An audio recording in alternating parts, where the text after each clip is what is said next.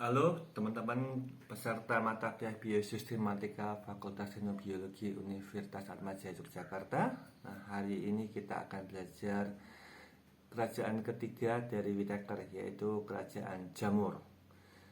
Ciri khas jamur adalah organisme yang tidak punya berklorofil, tidak bergerak, ya, dan dia tidak bisa berfotosintesis, tapi juga tidak bisa bergerak mencari mangsa.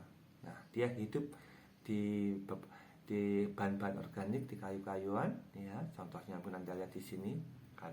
Ini adalah jamur Ganoderma yang sering Anda jumpai di akar kayu pohon, ya, baik kelapa sawit maupun pohon-pohon pinus dan lainnya. Nah,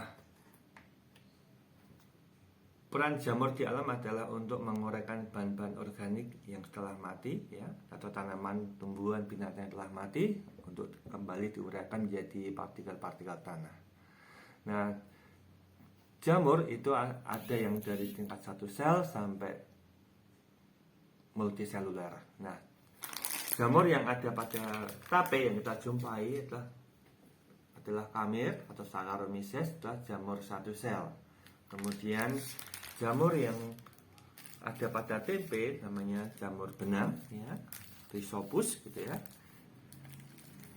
Ini adalah yang multiseluler. Kemudian yang ini adalah kelompok jamur yang sering kita makan, namanya jamur tiram, ya.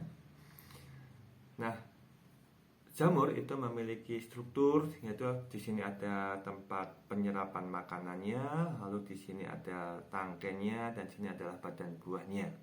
Nah, berdasarkan bentuk struktur badan buah ini, maka jamur dibagi menjadi 3 atau 5 divisi, yaitu divisi Oomycota, Zygomycota, Ascomycota, Basidiomycota, dan Dideromycota.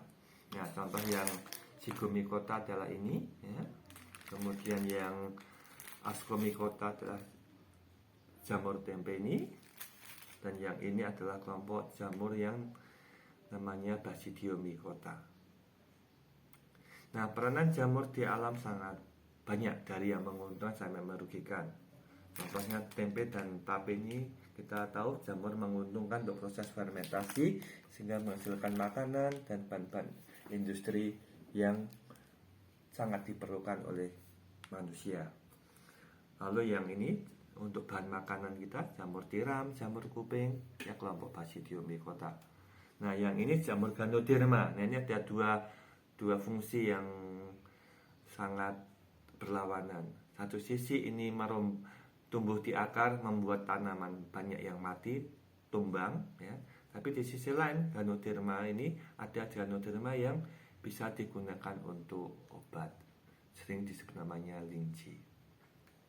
Teman-teman, supaya lebih jelas, ini sebagai pengantar untuk mendalami mata tentang jamur, ya, di situs kuliah sudah disediakan materi lebih rinci, baik berupa PowerPoint maupun berupa file-file video, ya, yang bisa Anda lihat nanti untuk mendalami.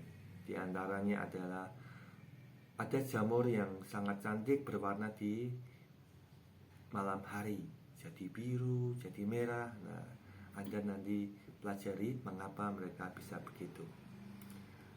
Dan juga Anda bisa mempelajari jamur-jamur apa saja yang bermanfaat untuk bidang industri, untuk perbaikan lingkungan maupun untuk makanan. Dan jangan lupa kerjakan tugasnya agar Anda semakin lebih menguasai. Selamat mempelajari dunia jamur.